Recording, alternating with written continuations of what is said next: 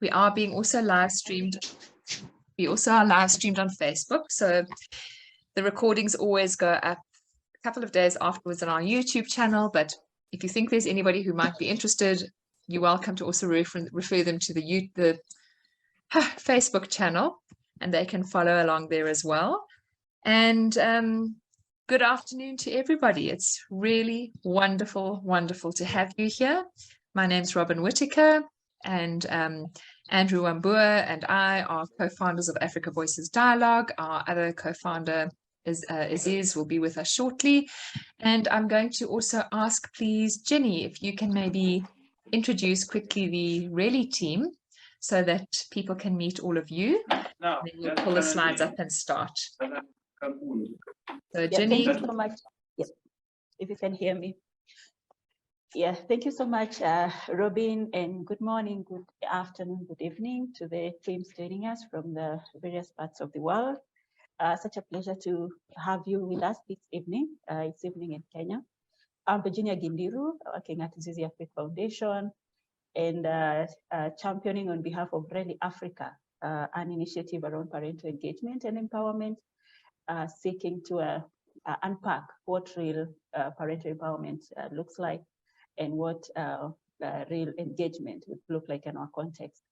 Just also to acknowledge that we have the 3 countries represented here. I can acknowledge the presence of the country lead from Tanzania, Mr. Gaudensi Kapinga, who we will have the pleasure of interacting with in the sessions, and also Emmanuel Lubale, who is the country lead for Really Uganda. And also for Really Kenya, I see there is a host of us from Zizi Africa, but also Margaret Oletimoye. All these are members who form part of the larger family, which is Really Africa. So such a pleasure to host all of you in this conversation this evening. Back to you, Robin. Fantastic. Thank you. And so we are really happy to see so many familiar faces, so many new friends. We had about 80 RSVP for today, so we expect it'll probably be about 40, maybe 50 of us as the course of the session goes on. And today we are really keen to hear live voices. And today's conversation is going to be extremely dialogic. So we're really going to be talking a lot amongst ourselves, thinking together. Virginia will explain the rationale once more for that. So I'm going to pull up my screen for us just so that we can walk ourselves through. And while I'm doing that, I'm going to say, hi, Ridwan. It is wonderful that you are here with us. Thank you, Robert. I hope you can hear me. I can hear you. Something weird going on with my computer, but I can hear you well. Ridwan, it'd be great for you just to also introduce yourself. Ridwan's another of our really wonderful guests today.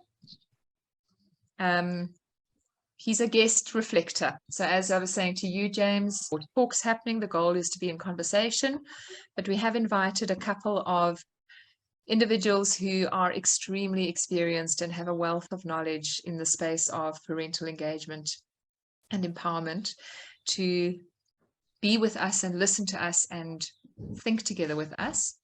So Ridwan, I'd love it if you could just give yourself a quick intro. Okay. My signal's a problem and I'm going to just try and get the video up, the screen up in the meantime. Okay. Good afternoon, everybody. My name is Ridwan Samodin. I normally play on my name Ridwan by saying I read one book at a time. I come to you from the beautiful city of Cape Town, the southernmost tip here in Africa. And I've been teaching at the Caname Primary School now. I'm in the profession for 42 years and principal for the last 22 years. Yeah. I'm also regarded as the co-founder of an organization called Partners for Possibility. So yeah, in a nutshell, that is me. Fantastic. Thank you, Ridwan. So once again, please introduce yourselves in the chat. We'd love to hear who you are. Everybody else would like to know who you are. It's amazing the connections that get made in these conversations and a lot of continuation of conversation that goes on after the events. So make full use of the opportunity to meet each other. Today's conversation is the second of our Learnshops on parental empowerment and engagement. And we really, really feel so honored and so happy to be able to partner around this Africa Voices Dialogue and really East Africa. And it's a very, very exciting topic and one which is very pertinent for our continent. So Virginia is going to explain a little bit more in a few moments about the context of these conversations, what we are hoping to glean from the conversation with you, what we're hoping to spark thinking around, and hopefully what we'll see as some outcomes over time of relevance for the continent. The dialogue format that we're going to follow is going to be similar today to what it usually is. So the Africa Voices dialogue spaces are designed to be spaces for the voices of our educators, learners, community members across the continent to be seen, heard, and loved. It's a space for relationship. It's a space for hearing about lived experiences. It's a space for connecting and supporting and strengthening and bringing courage, and for ideating and becoming creative together, and really hearing what is happening on the African continent and beyond, because we often have people from other continents as well, either diaspora or people who are interested in these conversations, interested in the topics, and it's always an honor. Whoever is in the room, we are always delighted to hear their voices. So the dialogue format today is going to be just slightly different in that we're not having sort of a central circle of people speaking or prompting the conversation through their experiences. We're really having centralized thinking spaces mixed with breakaway room thinking spaces, which will be a little bit more intimate, ensure that everybody's voice has a chance to be heard and that we can really think deeply together on this topic. And before we go into a little bit of reflection about the last Learnshop, I'd like to ask you, Jenny, just to give a little bit of context for us and share what the goals of the Learnshops are. So I'll pause here. Yeah, thank you so much, Robin. Once again, hello, everyone. Yeah, so this is an initiative that's quite interesting to me as a person, but also to the team that we are working with on this. And we together, we've come together to simply explore the concept of parental engagement and empowerment. My ministry people would tell me to say it the other way: parental empowerment and engagement, because they can only engage once empowered. And within Really has members across 3 countries. And over the COVID period, I think there was a lot of effort by most organizations globally to see how to invite parents and communities to continue supporting learning at home for this duration when schools were closed. This was the same effort within the Really East Africa member organizations. And as a result of that process, I think we got curious to ask ourselves, what really does it take to get parents on board? And how do we even engage them meaningfully to support learning? So we've come together as Really East Africa, excited about exploring this concept together, not only to sit back in our offices and theorize what parental engagement looks like, but to have candid conversations, open conversations, honest and sometimes difficult discussions around what it means to reach out to parents, to appeal to them to come on board. So we are doing that in a series of ways. One, we have technical working sessions where we convene once in a while with the aim of drawing a blueprint or a framework that could guide us in our designing of interventions targeted at engaging parents. The same framework could be applied in evaluating or also tracking the impact that we are creating through our intervention. But then alongside that, we feel sometimes context could be limiting, experiences could be limiting, because we are not able to go to a larger scale of spaces or diverse spaces. So we are hosting Learnshops. There are 4 in this series, and these are meant to help us hear much more voices, broader voices from other quarters on what it really means to figure out this whole engagement piece. And especially so for parents who are considered farthest behind. I think in the current world, in the current space we are working in, there's a lot of complexities, issues to do with climate change. We are witnessing lots of hunger and drought, for instance, in Kenya. That has been the most recent challenge. We're struggling with issues of low foundational literacy and numeracy. You know, you have masses of children in school, but they still continue not to learn as they should. Yet they are within spaces where they are adults. They are within spaces where they are peers. They are within spaces where there are other resource persons in their communities. But what exactly is going wrong? And how can we start energizing the home space and the school space so that the two can collaborate better and bring about deeper synergies and more meaningful synergies with the hope that we'll realize quality outcomes for every child.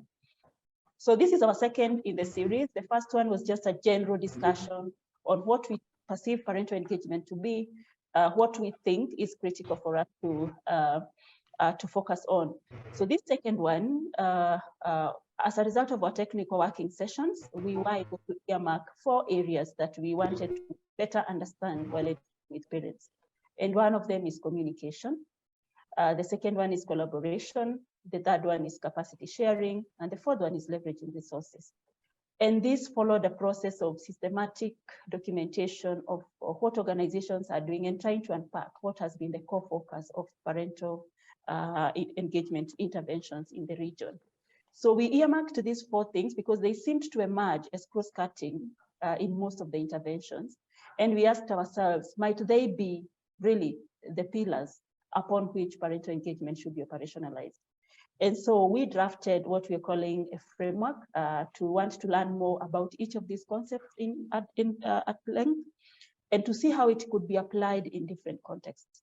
So as we move along the Learnshops, we are also going on with our field testing and field trialing to explore how they work in the real life, and also to document our lessons. And hopefully, by the time we are getting to the 4th learning session, we shall be unveiling a blueprint that really tells us more about parental engagement in the East African space.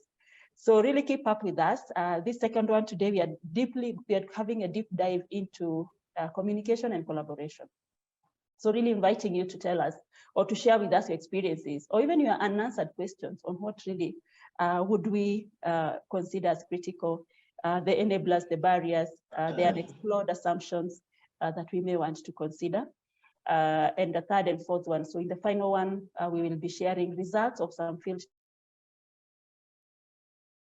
testing will help us further contextualize or put into context all these issues. So we are really glad to have you.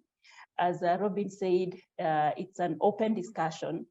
It's a safe space where we are asking ourselves the most difficult questions, recognizing that we have the power, the mandate of lifting our communities from where they are at to be better for the sake of the future. So thank you so much, and pleasure engaging with you this evening, and looking forward to your generous contributions. Back to you, Robin. Fantastic. Thank you, Jenny.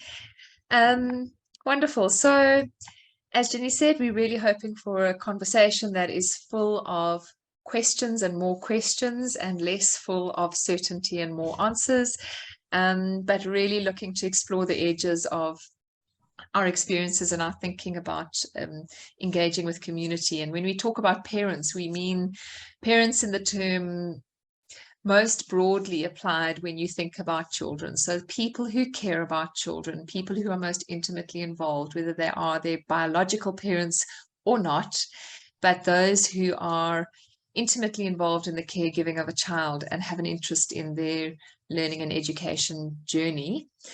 What we thought would be really interesting for everybody to reflect a little bit back on, and we'll go into a time now just of some open reflections. So for everybody who was at the last Learnshop, which we held on the 31st of August, just for us to remember back, think back, and reflect on that Learnshop and what struck us most. So what was it that we really walked away with that became something that we thought about in practice. So for those of you who are sitting in education spaces specifically, something that really struck and landed with you, or something that left an unanswered question.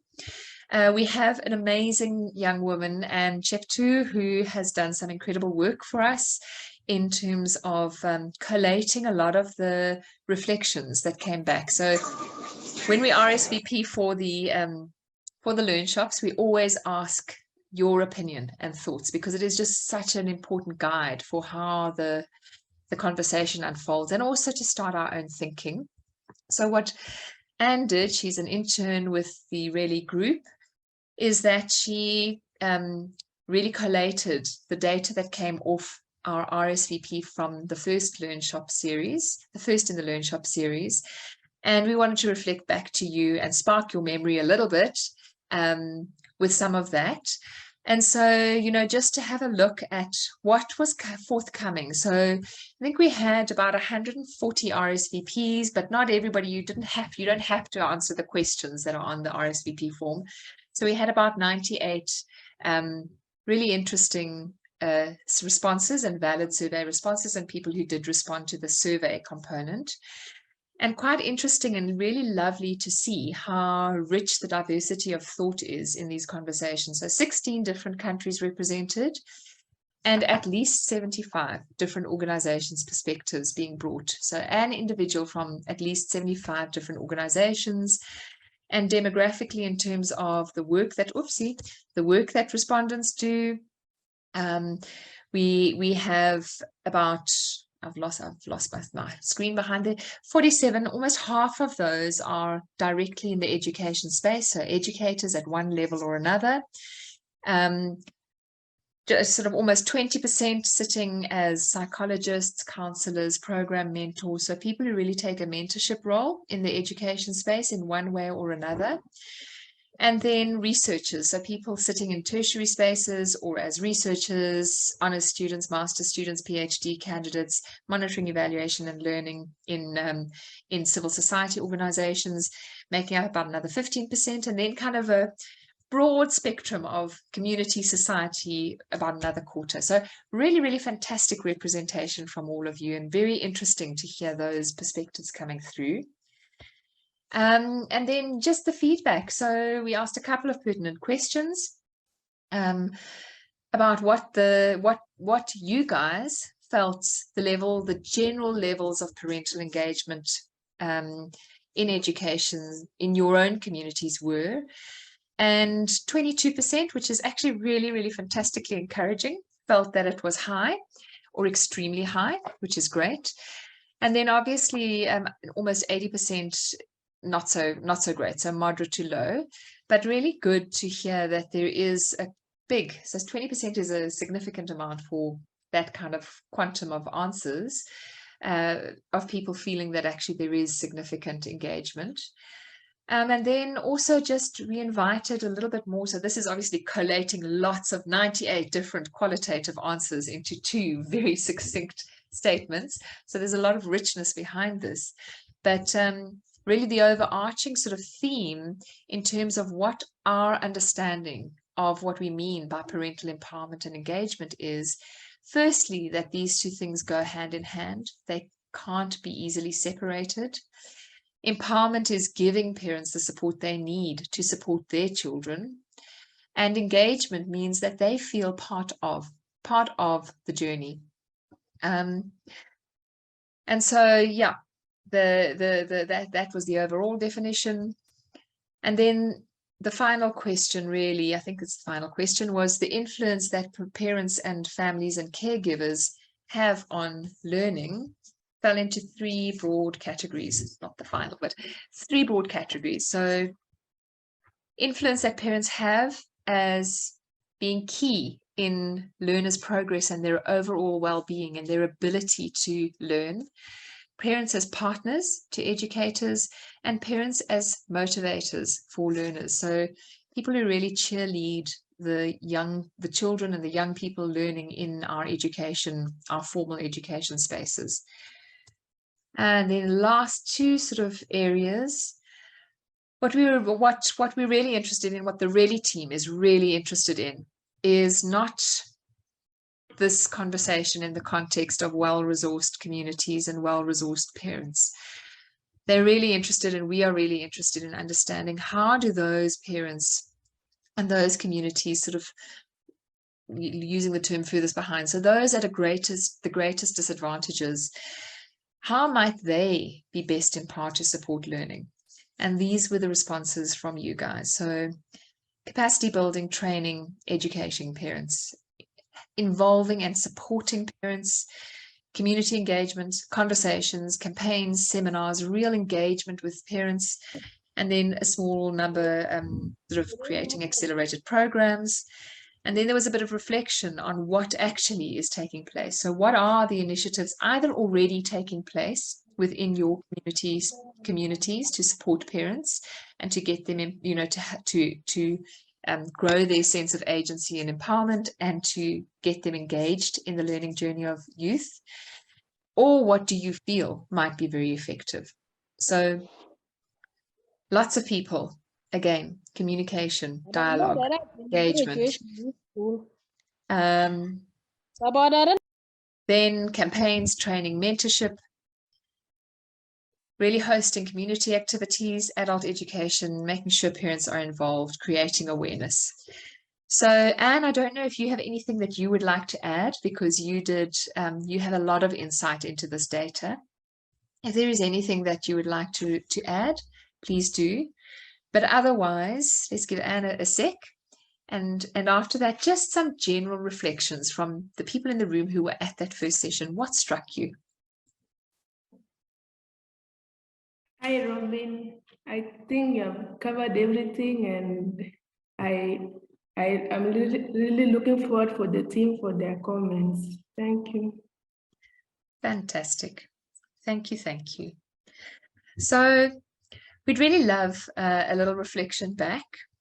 Who was in the room? You can just pop your hands up. So who did join Learnshop 1 with us? Andrew, Jenny, can you just help me on this? Just help me to look for who is around. And who would like to just offer a little thought on what struck you most about our last Learnshop? It was a while ago, but hopefully there was something that struck in a big enough way that you remember. Carol.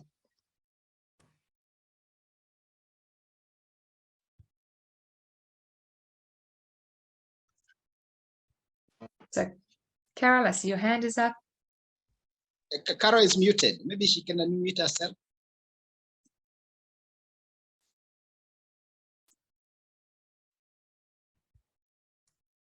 Okay, anybody else in the meantime? Carol, you're muted. Maybe for you to speak, you can unmute yourself.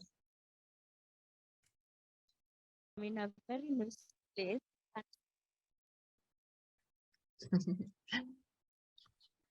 Yeah, she says she's in a noisy place, so maybe. Okay. And she seems to be the only one who was here in the other than us. But it's still fine. So Emmanuel, Gardens, Margaret, any reflections from you out of our first workshop?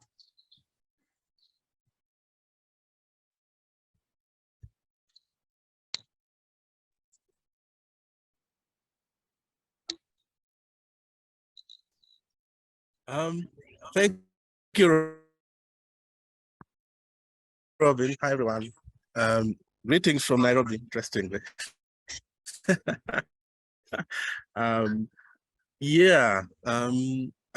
just amazed by the amount of effort and diversity the partners are willing to invest in this.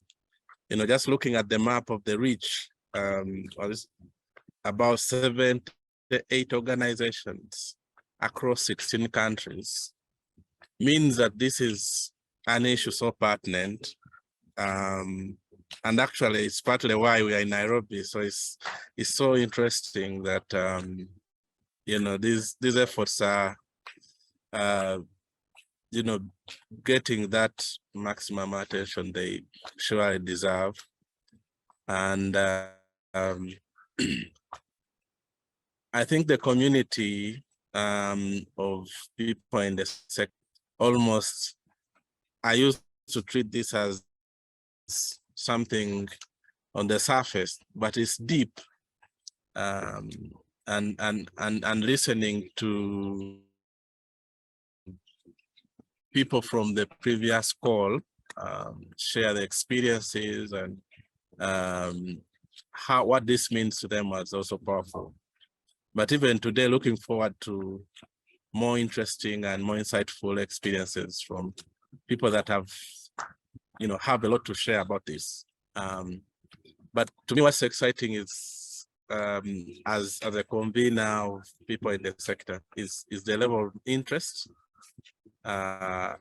in this agenda and the potential it has to transform the education sector, because parents are very, very powerful agents of transformation. And I've partly learned that for the last couple of days, even better going to one of the communities and speaking to children and parents. What I've also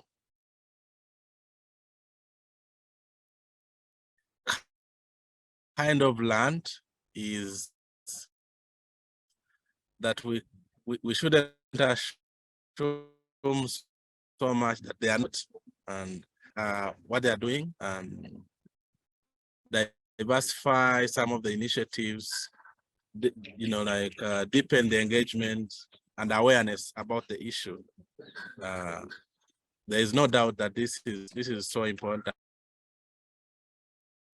and that can really transform the learning outcomes of the children. Fantastic. Thank you so much, Emmanuel. Thank you. Any other thoughts? So just as a spark, I just wanted to reflect and remember and remind everybody who was in that first room of the incredible conversation that, with the incredible commentary that came through from, I think it was Mary, who was the parent. Ginny, is that right? Who was the parent representing, we asked a parent to come with a parent's perspective, and just how incredibly powerful it was to listen to her speak about the need to respect our parents, and how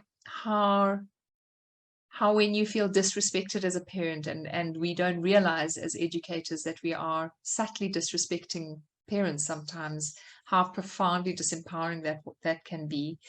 And the context around real development of real compassion for what people's lived experiences are, and making the effort to gain insight into what is happening in the lives of the families of learners in your schools.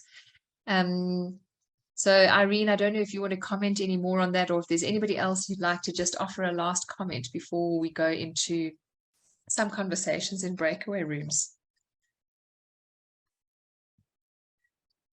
I could say one, Robin, and where you just ended, the need to connect with the communities that we serve. And I know, as Emmanuel puts it, we've been in this meeting for 3 days, and we got an opportunity to interact with parents. And that bit about connection kept coming and coming and coming up, it kept coming up and again.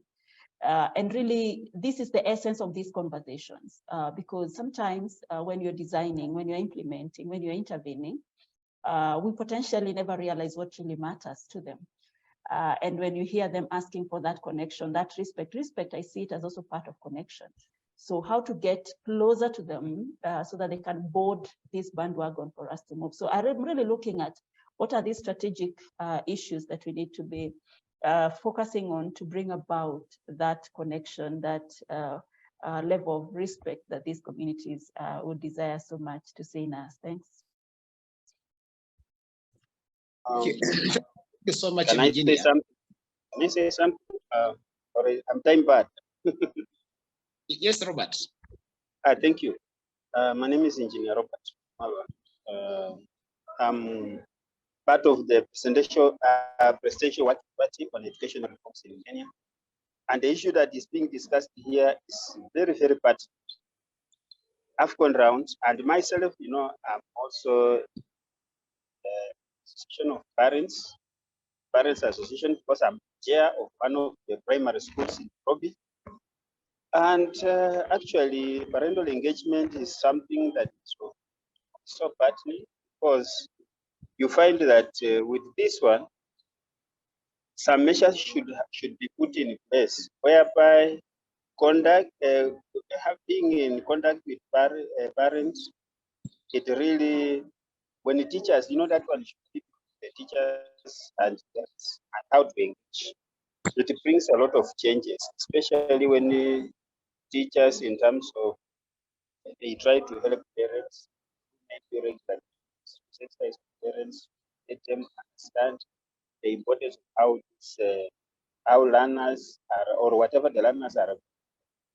And also something that is so important is scenarios whereby sometimes you find parents are detached from school matters, this one being that they may feel it is the role of teachers to make a friendly approach, how maybe sometimes by praising the children or learners and to their parents, and by so doing, parents come, and as they come close and share, and parents will get to understand what teachers or what the learners are being taken to.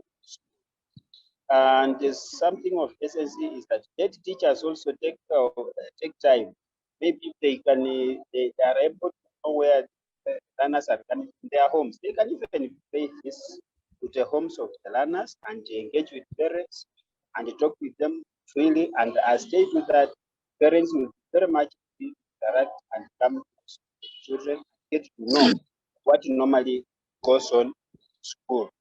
So that one is through regular meetings and visiting homes, teachers being friendly, strong communication through we have traditional methods, because you cannot assume that, yes, this is a digital era, everybody is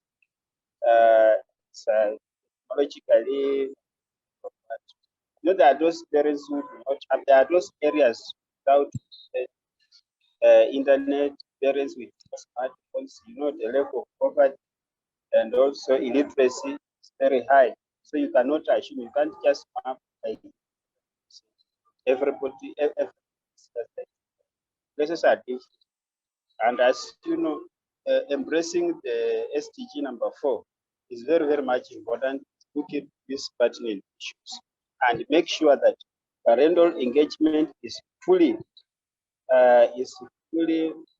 realized, because without it, there is no any positive movement curriculum or learning. Thank you. I think I've just interjected. Thank you, Robert. Thank you. Thank you. That was great. The signal was on and off, but it was great. I think we got the gist. Margaret, I see your hand is up. So if you'd like to share, and then we'll move on and we'll go into some deeper discussions in the individual rooms. So Margaret, any thoughts from you? Yeah, sure. Thanks, Robin. Hello, everyone. I really wanted to share something that stuck with me from the last parental engagement learning session. And this was regarding the relationship, building community. And there was a discussion around the need for a shift where we connect, or we facilitate that connection between teachers and parents before even sharing contents. So bringing in the concept of value, where parents, all parents want for their children to be happy and healthy. So when parents see that teachers care about their children, they will be very happy to engage. And when you can demonstrate the value that comes with their complete involvement in their children's learning, then that contributes to an engaged, empowered parent whose support translates to improved learning outcomes in the long run. Thank you, Robin. Thank you. Thank you. Thank you so much. And what comes from what Margaret has just said is that parental engagement and empowerment is a key component to a student well-being. And of course, when you talk about a student well-being, we're talking about the cognitive aspect, we're talking about the physical aspect, we're talking about the emotional aspect, and we're talking about the social aspect. So when you talk about the total well-being of a student, then we cannot talk it outside the parental engagement and empowerment. And again, going back to what to the slides which Robin and Anne presented, I'm just going there and I can see the way to the parental empowerment was defined. That is, parental empowerment refers to giving parents the support they need. And it goes down there and says, parental engagement refers to being part of. So you can see empowerment and engagement, they are conjoined. We cannot talk about one and leave the other one out. So I totally agree with you, Margaret, Robert, and the team which spoke before. Fantastic, thank you. So, so what we're going to move into now, and Jenny, maybe you could also just share a little thoughts on each of these topics, is we're going to move into a time when we're going to look at 3 particular aspects. So as we mentioned with the Learnshops, we've got four parts of the series. The first was really just an opening the conversation. Let's think about this together. What does it mean to us? What do we feel about it? What is our experience? And today's Learnshop, what we're really focusing on are 3 key aspects in this topic, because it's a vast topic. So we could talk on this every day for a year. But looking at these 3 key aspects, Jenny has mentioned that they've picked them up as really important pillars in this topic. So the first is communication, and those of you who are in Learnshop 1 will recognize this picture, because despite searching for quite some time on Google, I couldn't find no picture that quite as well represented the power of relationship and relational communication than this picture of Rama running a community building workshop. So those of you who remember Rama from our last call, he's down here in the corner and representing, as always, such beautiful servant leadership approach. The next thing that we're looking at, the next element that we want to look at today is to look at collaboration. So communication, how do we make ourselves known to each other? How do we build our relationships? How do we become heard? How do parents become heard? How do learners become heard? How do educators become heard? And how do we really facilitate good communication, multilateral communication? What implications does that have for collaboration? So how can we start to foster the kinds of environments that genuinely support collaborative work around children's learning, that bring all of the resources available in a community towards the development of that effort? And then lastly, and this is going to be more of an open discussion back in the room, and hopefully by that time everybody will be fired up, talking about what do those 2 things mean for agency. So while we love the word empowerment, there's a kind of directionality about it. The goal is agency. So how does the way we attend to communication, how does the opportunity for collaboration directly impact, or is it impacted by the levels of agency amongst parents and communities? So going into this, just firstly, Jenny, anything to add? No, well said, Robin. And just reflecting on those 3 things, and I think that's a really powerful intro to help start preparing our minds and reflecting on where we've come from, who we've interacted with, and how those 2 things really would lead us to the desired levels of agency. Thanks. Fantastic, thank you. So we're going to break into breakaway rooms. We have 5 breakaway rooms, which are still quite full. It's 8 or 9 people in each, but fewer than that is going to be too many people in a room. So 8 or 9 people ensures that there is space and scope for every voice to be heard.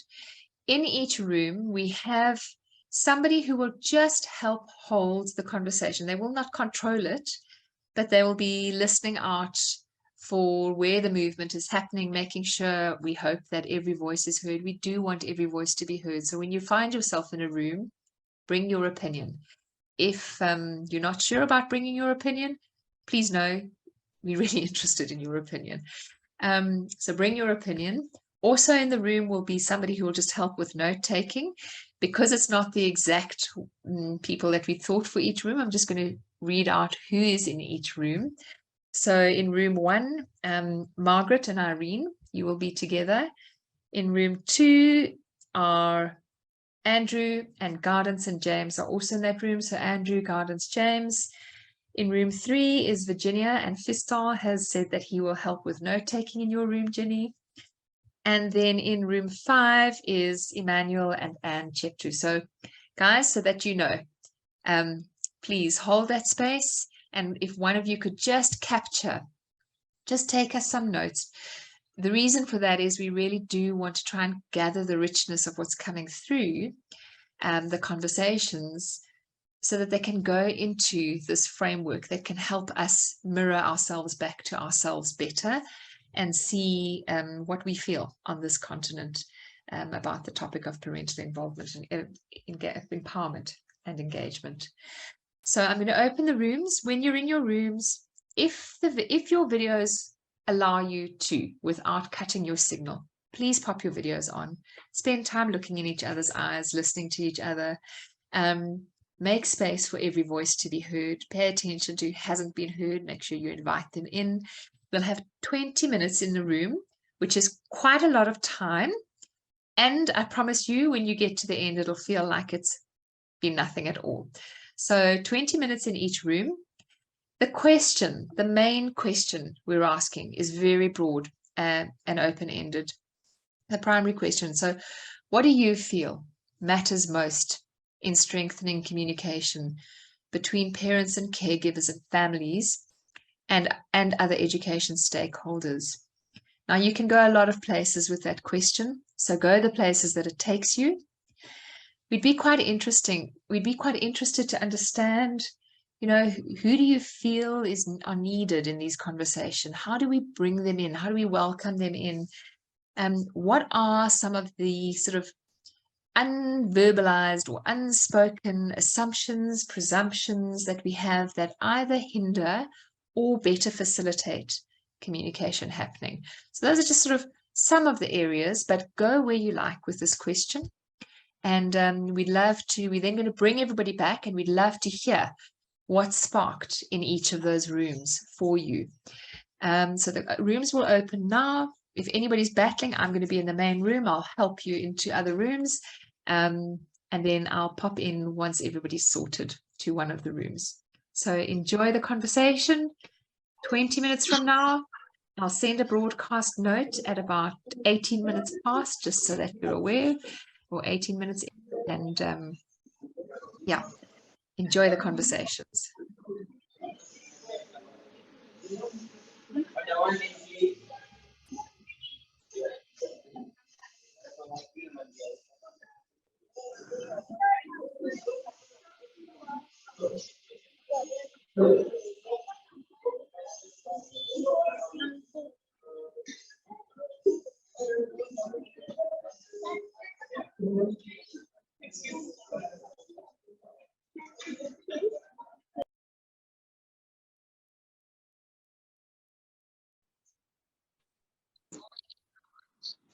Hey. Hi, Teddy. Nice to see you here. Welcome back. So everybody should be making their way back into our main room now. Really hope you enjoyed that conversation. Sorry for ripping you out. But fortunately, you'll be able to go back in just now, because we'll keep the same rooms so that you can pick up your train of thought. Fantastic. So that's wonderful. Welcome back, everybody. What we're going to do now, we'd really, really love to hear some reflections back from those conversations. So please, really interested to hear what struck you in the rooms that you were in. And then we'd really like to also invite perhaps, yeah, so Ridwan and James particularly, and anybody else that sort of does a lot of this kind of work, let's hear comments coming in the room, and then maybe kind of a perspective comment. We'll be here for 10 or 15 minutes, and then we're going to break away again. We're going to talk about collaborative work and creating conditions for collaborative work. But for the moment, what struck you? What really, really was interesting struck you in the rooms, in the conversations that you had? Just pop your hands up, please, and between us all, we'll find you. Who would like to start? Hanan. Yeah, hi. So I come from room 4. My name is Goudar Hanan. I'm from Morocco, and I really enjoyed being there. There are some really interesting ideas shared, and believe it or not, the idea that really struck me the most was shared in the last 30 minutes before the room was closed. 30 seconds, I'm sorry. 30 seconds before the room was closed. And the person who shared it was Morris. Morris said actually something very interesting. He said that we as parents should go back to school and be educated too. So, I mean, when we were discussing those ideas, we were talking about like how parents should play a role in their in their students' education, and things like how teachers should reach out and talk to parents and actually maybe try to communicate with parents maybe in the same level they would understand, because in some countries parents may feel apprehended to talk to teachers because they would see teachers in a different level than they are and things like those. But then Morris came in and he was like, it's not, I don't have much time, but I think we as parents should be re-educated again. And I was like, wow, dude. So yeah, I think that's the idea that I really it's really fascinating. I think we do need that. Oh, fantastic. Thanks, Goudar. Esther, I saw your hand was up earlier. Oh, yes, thank you very much. Okay. I think I'll still always say it's interesting to meet people where you share ideas and experiences from your different countries. I was in group 4 and we shared a lot of insightful points from members.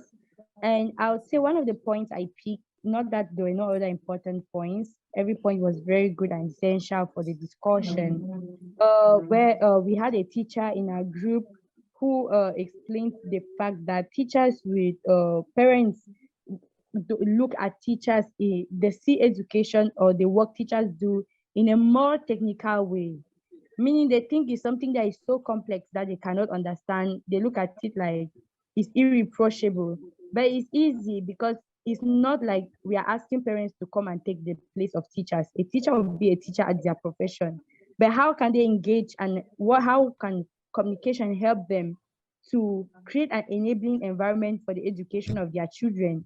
And from the point of view of a civil society leader in Cameroon, I'll be relating her point with what we have, because we have our own realities, and but besides teachers looking, parents looking at the work of teachers from a more technical level, what we have is a really complicated issue, because apart from the fact that teachers and students, there's that disparity or unequal power relations, we have the issue of security, because we have a conflict and education has been used as a weapon, so the people suffering, the teachers, anybody in the learning cycle, the teachers, the learners and the parents. So they find themselves in a really tight corner to be able to interact safely. So it's an issue of security. How safe are they? How secured are they? What happens?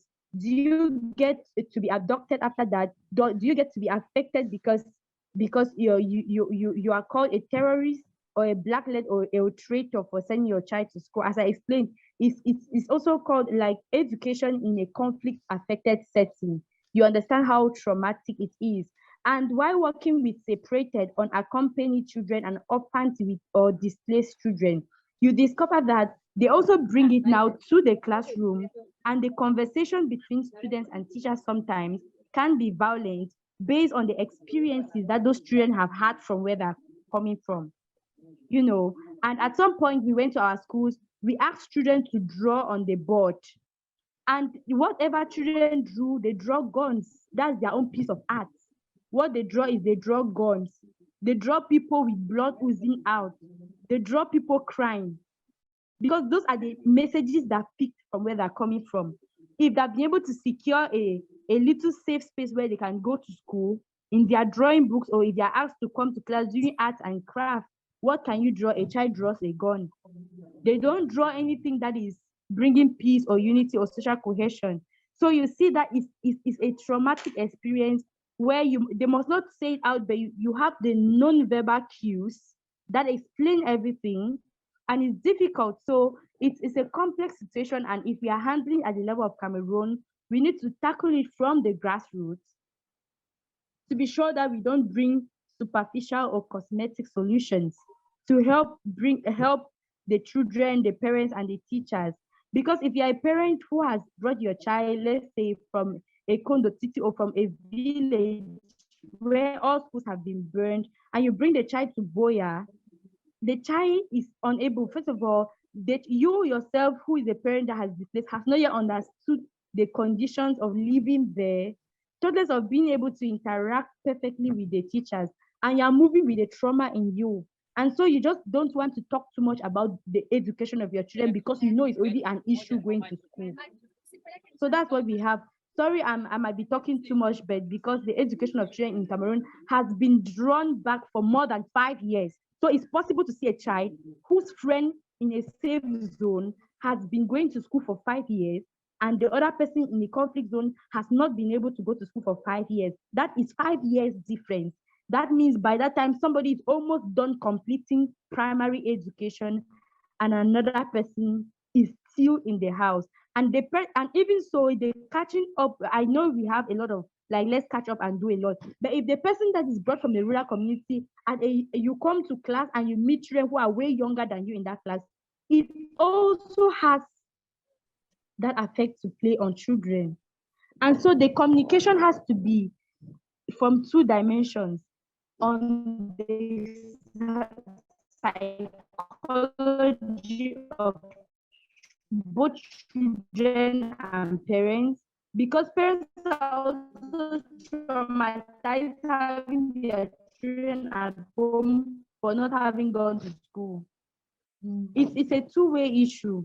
And in the communication, how is it going to help to foster an enabling environment for the child? At the end of the day, it's about securing the future of the child. At the end of the day.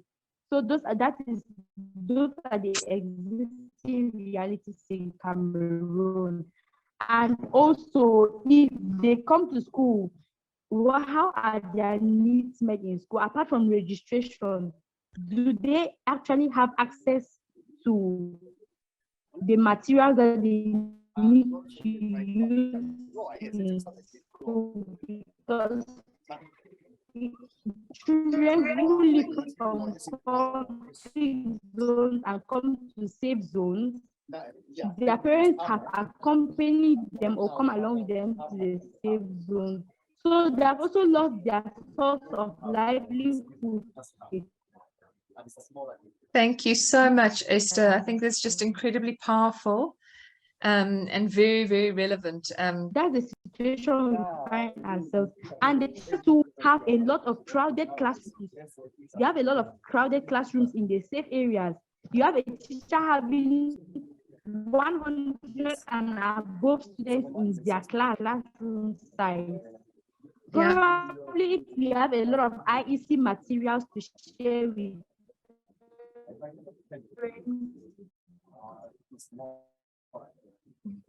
Thank you, Esther. Sorry, we're just losing you a little bit there. Okay. Thank you. So I just want to, I know, Ridwan, you have to go at 12:30. Firstly, just Esther, thank you. I think that this is it's not simple, this conversation. And particularly on this continent, there are massive complexities, and the way through the complexity is not to try and simplify them. It's to think about how we connect better and how we connect with each other and how we understand the perspectives that are the conditions that in homes, the perspectives that families are coming from, their lived experiences, and grow our own levels of compassion to reach into that so that communication becomes effective. But Ridwan, I would really, really love to hear your perspective, given your extensive work in this space and your understanding of working in conflicted, impoverished, trauma-ridden communities as well. Yeah, so I would like to start by saying that about 12 years ago, we were struggling to get parents on board. We could count maybe on one hand the number of parents that we had to drag to a governing body, to a board, because we needed 5 parents and they were the only parents who served, and sometimes they would leave in between the term of office, you know. And so it was a real struggle for us how to engage parents and to get them interested. And so we invited parents to a community building session where we had a parent, a child, and a teacher in conversation. And the lessons learned on that day was that we broke down the stereotypes and assumptions we had of each other. Parents or teachers as these intellectuals, as these nerds who know it all, and parents felt maybe intimidated, inferior. And when we met as equals, having a conversation that focuses on the well-being of the child, those stereotypes disappeared and parents could see that our only focus and interest is on the child. And once that message started resonating with parents that we are in this together, that the parent, the child, and the teacher or the school need to take hands to hold what we call the triangle, which is the strongest element in the building industry. If one of those arms are missing, and then the child is obviously, you can see the difference. And that sort of started resonating with parents in terms of how we started engaging them.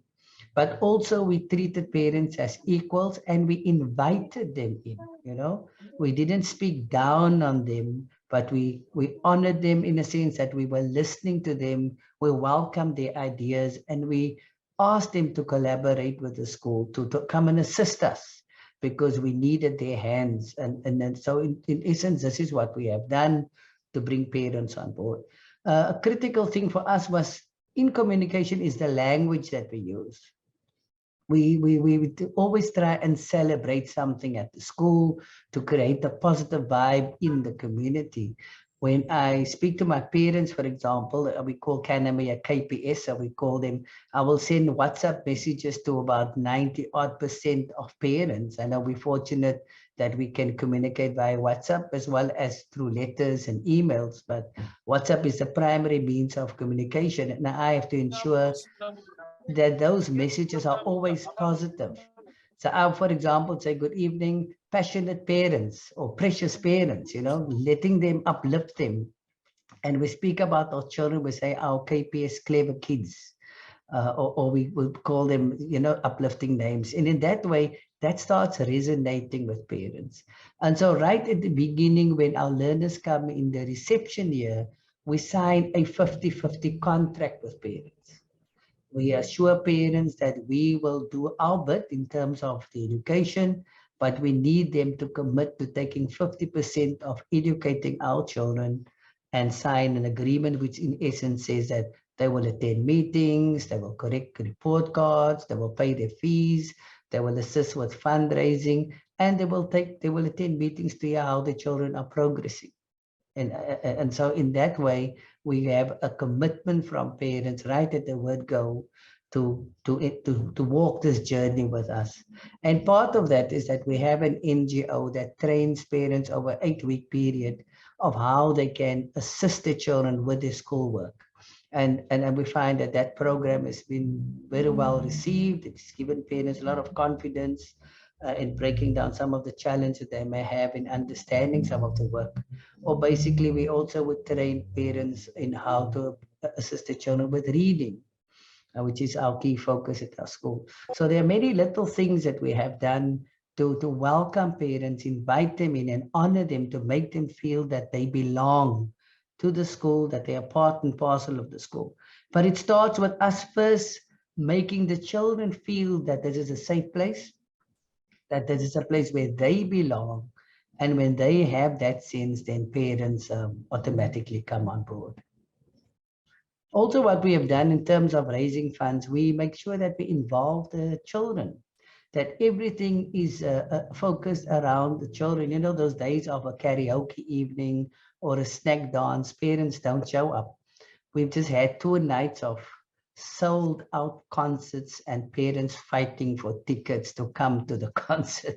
So it just shows that when you involve the children and you uplift the children and you showcase their talents, then parents want to see their children on stage, for example. Fantastic. Thank you so much, Ridwan. So there's lots of comments coming through. Jenny, I don't know if you want to, if you want to just pick up there, if anybody has any questions or any additional comments, any thoughts coming through. Thanks, Robin, and thanks so much to everyone. And as the more everyone speaks, the more I start reflecting also on my own biases, because not so long ago, early this week, the issue of language emerged in our discussions around parental engagement. And for me, I think I had my own limited conceptualization of language because I only thought about the familiar language. But here comes the notion around positive language that celebrates, positivity in the way we communicate, in the way we even share feedback. I had not extended it to that extent. But I'd also be curious to hear from Mackinnon around safety. He highlighted 2 things and even shared an article around safety of these children, because it's also emerging. I think for one, we haven't really delved deep into this, but just in a minute, Mackinnon, if you could just share your reflections in light of the article you just shared. Yes, could I say a quick word there, Robin? Yeah, well, what I want to say is when children come into a classroom, in a sense, it's a therapeutic environment, and it's obviously like other services, like if you're in medicine or a GP, and in a sense, the teacher has got a class of children with very different needs in, but some of those needs are confidential. So the need is to create inclusive and safe spaces. And just to look at where the sort of the boundaries are, that the teachers have sort of professional knowledge. Again, you're wanting to include children that might have some very major needs. I had some with very big needs in my class, and I had a very inclusive class, but there are some things that I cannot say. And I want to make, linking to that, I just want to make a point to Ridwan's fantastic comments about it's a 2-way partnership between school and the parents, that they have an equal responsibility. Now, because I'm not in Africa, I'm in the north of Scotland in Europe, there's a problem that's developed in the United Kingdom during my teaching career. The schools started to be seen to be the providers of a service, and that parents started to see themselves as consumers of that service, rather than it being a community. So there's very deep issues in those two issues which are linked. So I thought I'd share them with you from outside Africa. Thank you. Yeah, thank you. Thank you so much for those reflections. Yeah, shared equal responsibility and, the spirit of inclusion and, perceiving our schools as not only unidirectional in terms of what we expect from parents, but also what parents expect from us. Because then if they see us as serving them, as providing a service that they need, then potentially we are breaking the barriers and bringing them closer to where we are. All right, back to you, Robin. I see so many comments coming in, maybe you'd guide us on how we go about Absolutely. So read the comments, and we won't strike you, Jenny, because we can't do all things at all times. So though, just read and bring them back in. And Robert, I see that your hand is up. So please, let's hear your voice. We want both your voices and your written voices. It's so rich, this feedback. Thank you. Robert? Thank you. So maybe I just want to start with the issue of the safety. Maybe when we talk about the safety, sometimes we need to talk about the peaceful and the prompt resolution of the conflicts without disrupting the learning in our institution. Some of these instances is when maybe there are some scenarios where there are crouching of the school's land, and you hear when the learning is taking place, there are a lot of issues that is taking within the school compound in when the learning session. And also there are some issues like child abuse. We know sometimes it do happens, and unfortunately you can hear if the complaints arise, the issue is being handled in a way that it will interrupt the safety of the learner and even the security of the learner. So we are just saying maybe if these things should be communicated in an amicable way, that it should not cause any harm to these learners when the learning is taking its normal routines and the duty. Maybe other things that we can still need to see that there is an issue of timing. Most of the time you can see that some of these policies, some of this communication that is need to be done is not done in a timely way. So maybe if we want to enhance better communication and collaboration, we need to have a timely sharing of those policies, especially the school calendars, the events and the programs of the activity to the parent, so that this communication will be enhanced and there will be no any other conflicts, rather, and the things will go well as we expect. Thank you. Fantastic, thank you. So one last comment from the room. I see our time is actually starting to run a bit tight, and we'd love to move to the next kind of chunky set of thoughts about collaborative work, but incredibly rich and again, incredibly complex. So communication doesn't start out there. Starts in here with attitude and with the attitude that we have around communication. So perhaps a really good place to start thinking about how we manage and navigate the communication issues with parents is on the interior. What is our intention? What is our desire? What is our wish? How do we move from being reactive to both responsive, but also proactive, creating the conditions we want to see, creating the kinds of communication styles, modeling them, demonstrating them, and really welcoming them back from the parent body and from our children and our learners. So, you know, stopping seeing ourselves as categories and starting and seeing ourselves as relationships. What might happen if that shifted internally in our own attitudes around the issue of communication? Not communication so that we can get something done, but communication because that is what we are about as human beings. We need to be in relationship. One last thought, and then we're going to go into a breakaway room again. We'll go back into the same one so that it'll be easy and you'll all know each other already. Any last thought?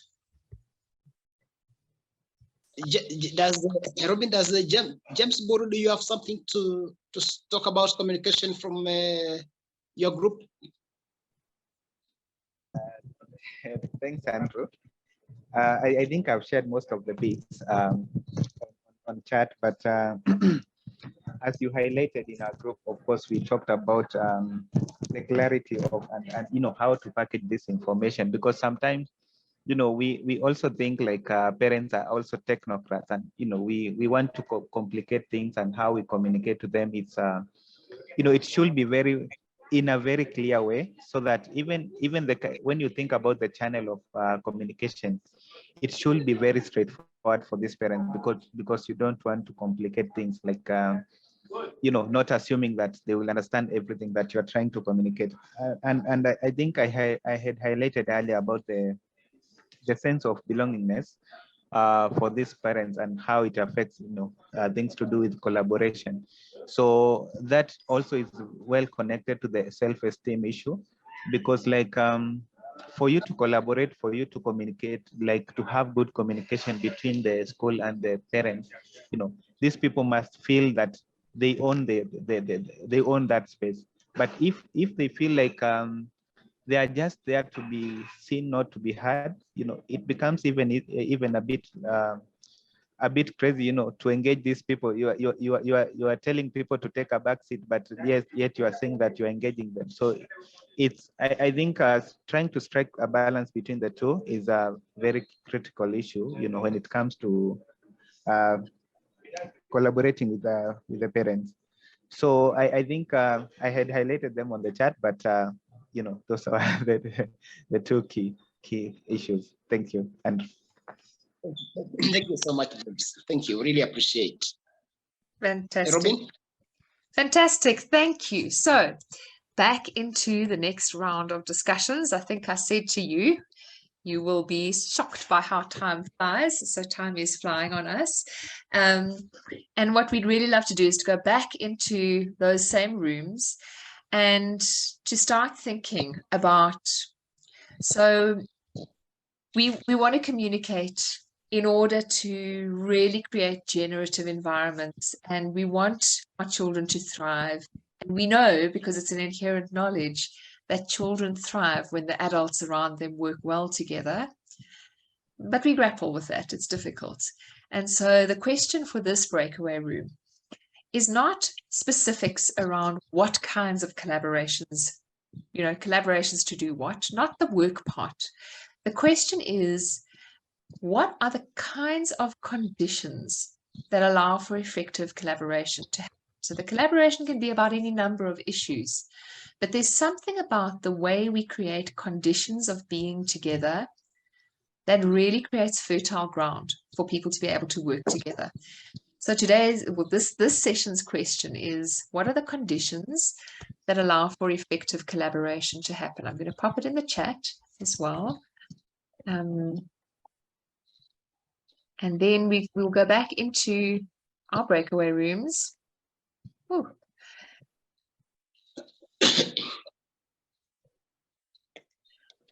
And we'll have another 15 minutes. So we'll have 15 minutes in our breakaway rooms before we come back and just think a little bit about that topic and about agency as well. What is it that fosters agency? So they're kind of all mixed up together, but also big topics each in their own right. So the breakaway rooms are opening now. I'll stay in here again in the main room just to help anybody that's battling to get in.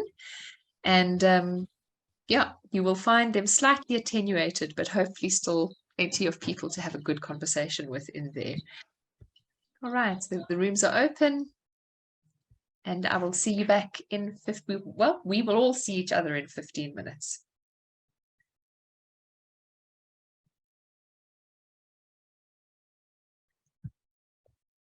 Okay.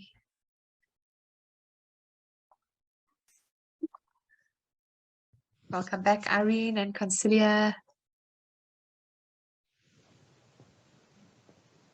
Wait for everybody else to join us.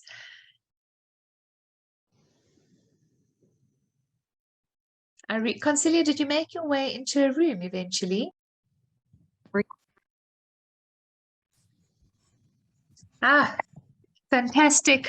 Welcome back. I have a slight sense of desperation because we're at the end of the hour.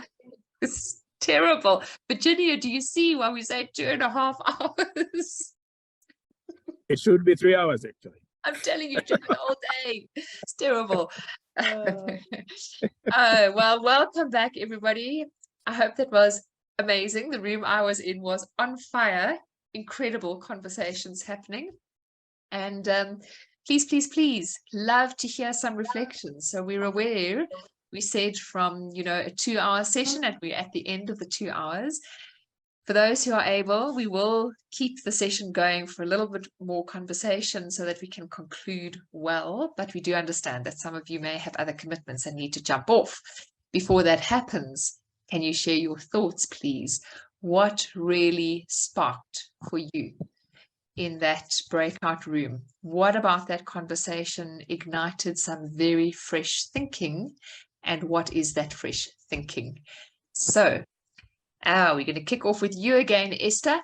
So Esther, your hand is up. Well done. You were quick and first off the mark. Carry on, Esther.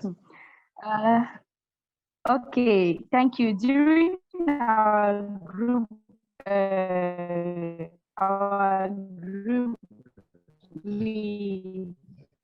of the things that struck me is the fact that a participant shared their opinion, and one of them explained that we need to move from approach or perspective to the community perspective.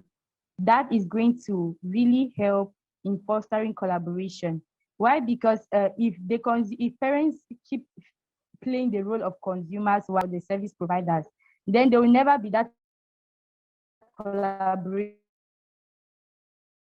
because the parents will just think that they have to chew everything that the school gives them, even if it's not what is best for the education of their children. As of what I understand, when it comes to work within communities and in remote areas or rural communities, they can now start acting as using the community-centered approach to act on it like a community, bringing together, acting together, like harnessing collective action to ensure and propagate the education of children. So we need to switch from the consumer and school having the stance of providers to schools and parents, or teachers and parents, joining together as a global community for a common goal, for one goal, which is securing the future of children through education. Thank you. Fantastic. Thank you, Esther. So please, again, put your freshest thoughts, like the things that are really fizzing after that conversation, into the chat. But we also want to hear real voices. So anybody else who'd like to use guidance, I can see you smiling. What do you have to say? Thank you. Well, it was actually a super engaging conversation. And one thing that is coming up actually is, in this process, one of the ways that people have talked, and I agree with it, a conversation comes with building a trust. Trust is one of the things that, or one of the considerations that we need to take in terms of effective engagement, effective collaboration. If parents do not trust the process, do not trust in the way that teachers actually are handling their children, that it could be difficult actually to bring them on board and start working together. And the next thing,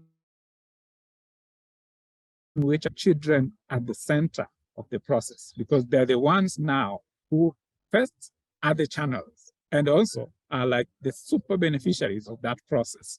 And I remember Macnon mentioned, you actually will not succeed if you just talk between parents and teachers.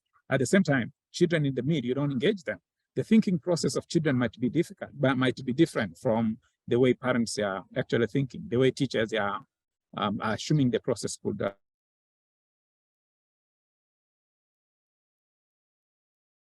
Fantastic. Thank you, Gardens. I'm going to start just calling people out. So Emmanuel and then Zarina, I would love you to repeat it in this room, what you were sharing about your engagement with parents recently. Emmanuel. Thanks, Robin. Thanks, Gaudes. And just to build on Gaudes' idea on trust, in my group, people were quick to share that, that trust is, propagated by listening, not just listening to one side, but listening that is dual-sided. And actually with that trust, there is harmony, and more interestingly, resilience. One of our colleagues here was talking about education in conflict. And I think resilience is such a powerful thing, and that regardless of the challenge, when people listen to one another and trust, even in a conflict situation, there could be some solutions. So to me, that was a powerful takeaway. Thank you, Emmanuel. That's wonderful. This is something I care about a lot, fostering conditions that trust comes about in. Zarina, please share with us what you shared in the room. So hello everybody. I'm sorry I had to pop in and pop out, but it's the nature of the space that I'm in at the moment. But I'm so interested in getting parents more involved because I believe they can be the components towards change that we would want to have them. So I've recently been experimenting, I would say experimenting with ways to get foundation phase or the lower grade parents interested in supporting their children at home. So not starting with any assumptions. I first understood the parents, the communities they come from, their challenges, their cultures, and so on. And then I had to model for teachers how to actually work with parents. And where I started with is how small children learn. So to help parents help their children at home, it was important for me that they understood what young children would respond to and how they could learn better if it was, like you mentioned, it was based on, it was play-based learning. So bringing in the play, parents built towers using recycled material. And then using string and wool, we measured the height and we compared the height of a person with the height of the tower and who had the tallest tower. And what did we mean? So we brought in language, we brought in maths, but the fun was using the recycled equipment or recycled material to build this tower. So I don't attach to complicated activities, but easy, doable activities. And then I draw out the maths with the parents, and the parents could quite easily, after the activity, make the connections to the maths themselves. So it is how I build the relationship with the parents, how I engage them to understand how children learn. So it goes to what you said at the very beginning. The nature of the relationship is the bridge we want to build between home and school. Ah, amazing. Any other thoughts? Pop your hands up, put into the chat, please. I don't want to pick on people. I'm sure there are people who want to share something. Virginia, are you seeing any hands up here? Rufin. Can I speak? Yes, Rufin. Okay, thank you. During the breakout room, we have come out to understand that we need to share the responsibility between teachers and parents, so that we may remember the culture of the families where the children are coming from. They also understand their religion. What are the conditions that they are living? So it's similar to avoid the misunderstanding and mistreating all those children. Maybe, for example, you might see a kid with yelling like in a good way, but suddenly you start feeling that there is something which is changing. It means that maybe the kid is not stable, maybe the mindset is not good at all, and maybe it's also thinking about the struggle that we are going through, maybe at home. So it means even the parents is becoming and start sharing with the maybe the problems that maybe those children are going through even there at home. The conditions that they be taking care of them and all those barriers. So that maybe teachers also will be knowing and understanding the way that they will be dealing with those problems. Thank you, Rufin. Your sound is not brilliant, I'm sorry, but it would be great if you could just capture that into the chat as well. And just a little tidbit of information about Rufin. I might get the numbers wrong, Rufin, but Rufin heads up a 200-strong community group, teaching association of head teachers in Naki Valley in Uganda in the refugee camp. So he's doing incredible work in incredible work in fostering thinking about these issues in a very interesting environment. So we're proud of you, Rufin. Anybody else who has a final thought?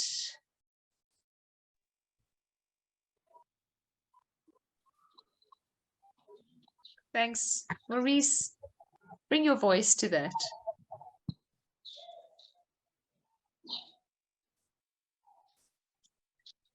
Yeah, I was just sharing the chat box that at least in my culture, when as a parent you have to appear strong and all-knowing. So even when you are wrong, you pretend to be right. And sometimes you don't want to listen from our children.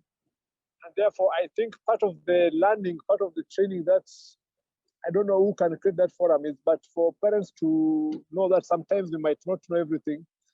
And we need to learn from either other parents or now they are doing the parenting.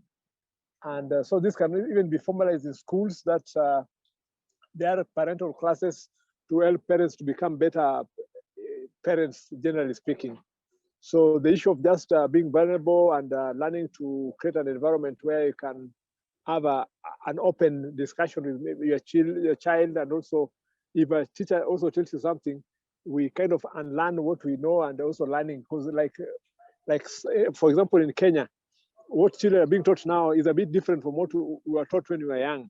So there is also that need to learn to know what are the children being taught now, how is the teaching changing, so that we're able to catch up with what is going on in school. Yeah, thank you very much. Fantastic. Thank you, Maurice. And I would really like to second that. So we've recently also had some things come up in my daughter's school where it's exactly that phenomenon taking place, and the relief of actually having support with somebody talking about what are these difficult things to talk about, and actually what are the things as parents that we can do. I agree. I think if schools could incorporate very supportive, so not judgmental, not lecturing, this is what you should do, but just very supportive groupings where parents could think about how do we parent, because we all think we should know, we're all expected to just get on and do it, but how do we equip ourselves for a job that we have not been equipped for and that now we have? That could be very powerful. And you see, Robin, one of the things is that once you accept the parents, they feel appreciated. Once you accept them as part and parcel of the school community, they feel appreciated. And in the long run, as Maurice has said, once these parents come together, it could be a great platform for them to form a kind of a community of practice where they can be learning from one another. They can be complementing one another. They can be educating one another, because of course, no one has a monopoly of knowledge. So that one is a very strong point. And I remember in the open forum, we talked about the openness, we talked about trust, we talked about acceptance, and we talked about the purpose, having that a big picture. So those are very, very strong strong points which can strengthen the collaborative aspect between and among parents. Absolutely. So Jenny, I'm going to pull it up because it's just a really nice slide.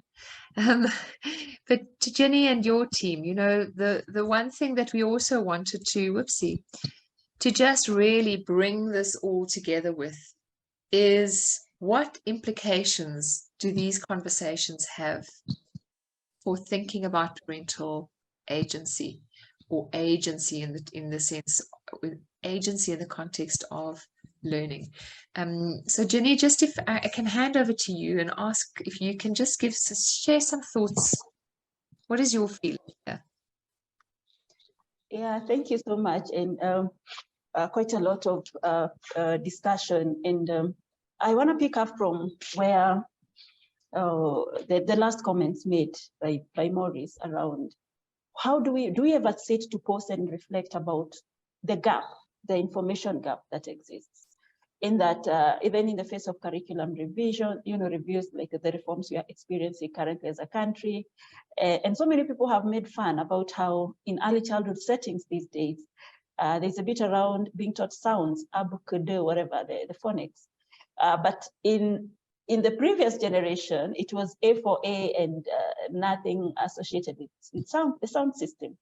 So yet parents are supposedly expected to be supporting this kind of learning with no understanding whatsoever of some of these shifts and dynamics. So who really takes responsibility and who takes the lead in creating spaces where these issues could be explored jointly, areas of capacity strengthening identified, and intentional efforts to bridge this gap are taken, either at the school level or either through the representative bodies that we have set up in the learning institutions.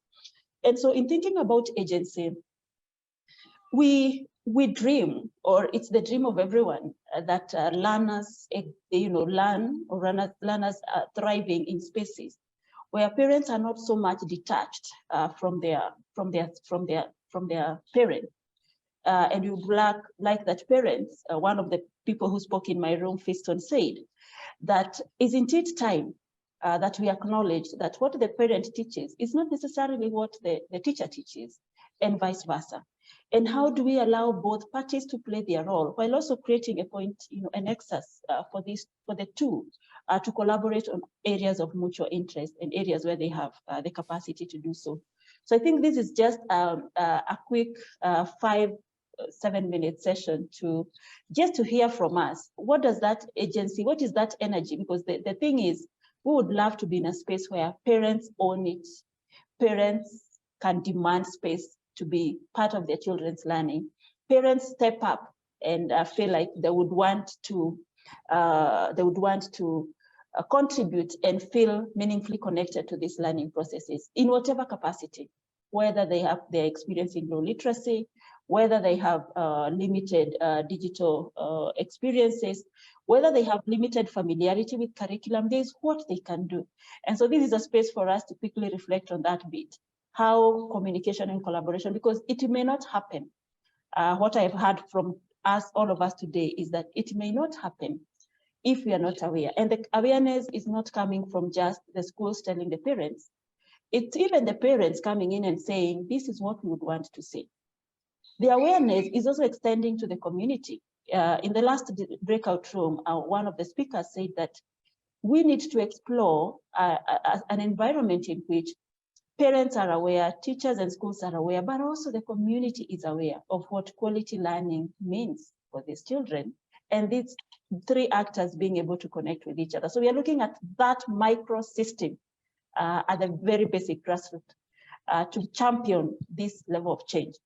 So that's one thing I picked. The second thing I picked is that we need to have this disposition in which we are not judgmental.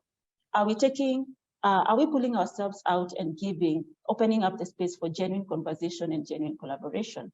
Because unless we get rid of our biases in terms of what we think parents should know, what we think children, schools should do, then it becomes a whole lot of problems. And so information, again, playing a critical role in building about that agency. And the third is trust, and the whole lot of things around the environment. And the environment has ranged from schools where parents feel accepted, homes where children feel they can exchange with their parents and discuss on issues that they would want to consult on, schools and other leaders taking initiative to support parents to step up their capacities to support the learning of their children. And so maybe I would want to hear more in terms of this agency for it to emerge, so that maybe in the near future, we have parents who feel that they are part, they belong. They would want to really be part of the solution, because the current crisis in terms of learning is really so huge to only say we have teachers and we have the government. So maybe 2-3 reflections, and also feel free to drop your thoughts on the chat. Absolutely. Thank you. Thank you. So we are 20 past. Does anybody have any thoughts any thoughts in reflecting on Virginia's comments or Virginia's positioning of self and what her hopes are, and I think all of our collective hopes are?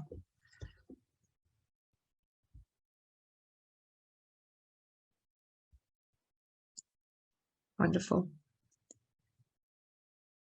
Thank you, Robert. So Jenny, just to say I couldn't resonate more deeply. It's not the what, it's very much how. Very much how do we choose to engage, because how we choose to engage predicates how we make people feel. And when people feel that they are wanted, belong, that you're interested, that they have a voice, that they have value, that they are relevant, that it's fun, then they show up. Mm-hmm. Yeah, and I like also the aspect of even reimagining the spaces. You know, reimagining spaces of this engagement. You know, it's time we met parents to where they are, and I think also Ridwan alluded to this. In a project I was supporting, this question always emerged. Why do we always imagine parents should come to us? Is it each time that we went to the parents? And Ridwan raised that particular issue, that they had instances where they went to the parents' homes to have these conversations and, you know, just discuss, you know, personalized parental engagement, personalizing, because this connection will not happen in a multitude, I imagine. And you appeal more if I identify with the issues at a personal level. So in reimagining the spaces, we're also reimagining the engagement in that schools for the longest time and the power dynamics again coming about, because they always feel that we are less literate, we are less knowledgeable about curriculum, and so the school space is a threatening space. And issues of safety have come in quite strongly in both communication and collaboration. And maybe it's time to demystify the spaces and the forms of engagement and reverse roles in which, if the parent is really to be the epicenter of learning, then they need to feel as such. This week on Tuesday, when we went to the communities, the sentiments that were raised by some of the parents were that we would want a teacher who speaks our language, because sometimes we are unable to connect with this institution. So this is a parent who is seeking to connect with this learning institution. And I think at times we forget that the parent is a permanent resource in that community, because teachers come and go. In the case of African context, teachers are always transferred, school administrators are always transferred, but parents are a permanent piece in that space. So teachers could change at whatever point in time. And so when it gets to the point where they are fearing for their identity, simply because they do not have a teacher who they can speak to in their local language, then what does it mean? And we are here saying we want them to be the initiators, the most active and the most proactive in championing quality learning, the ones who will respond and come and give us feedback by telling us, you know, my child is not doing as well as they should. What can we do together to bring, you know, to improve on the situation?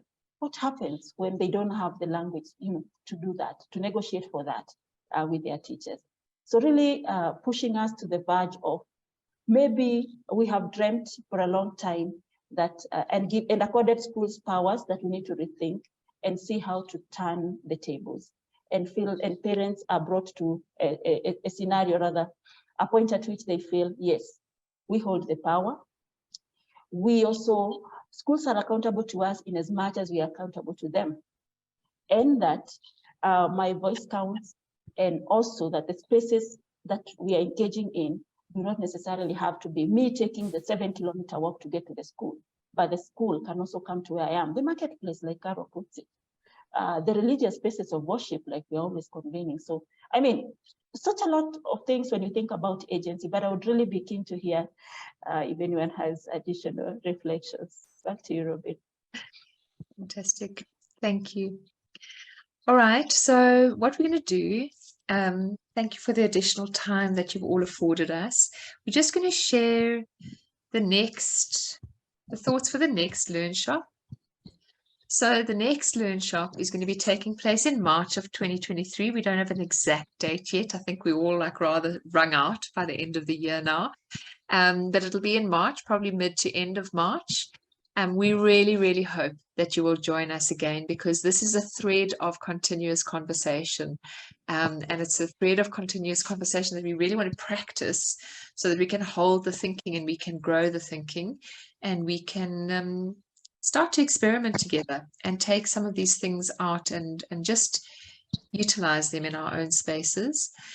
And so the thematic sort of areas for the next Learnshop are going to be around capacity building. So we've touched on it a little bit today. I think there's a lot of excitement about it, but really getting granular, gritty, practical around, okay, so how do we do that?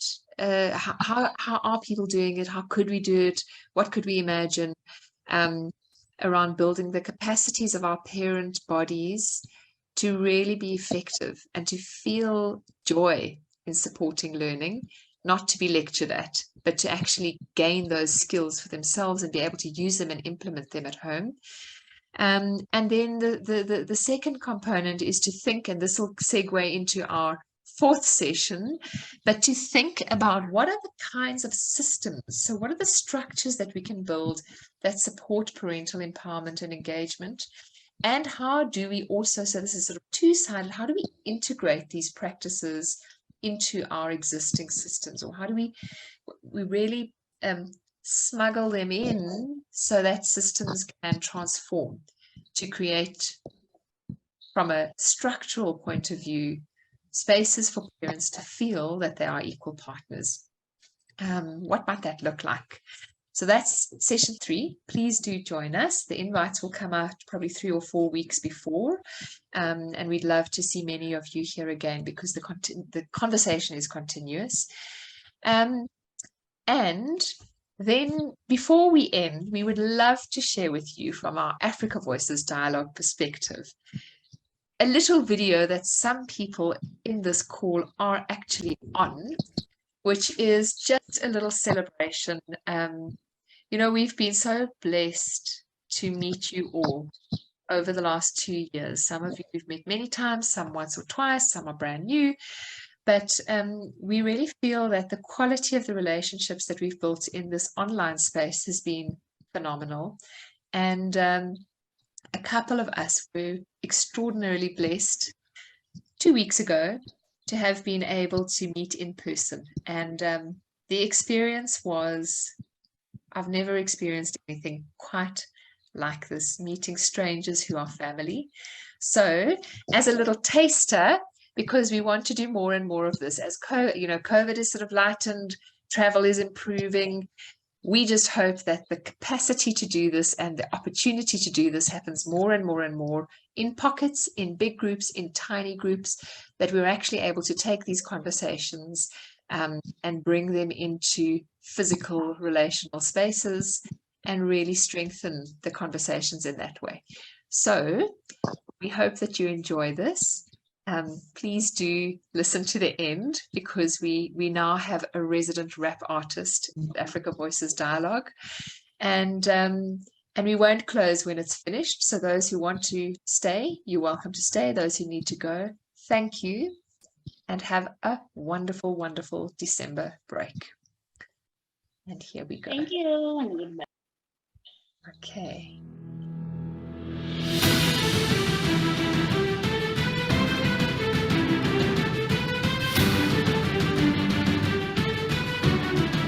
Bye.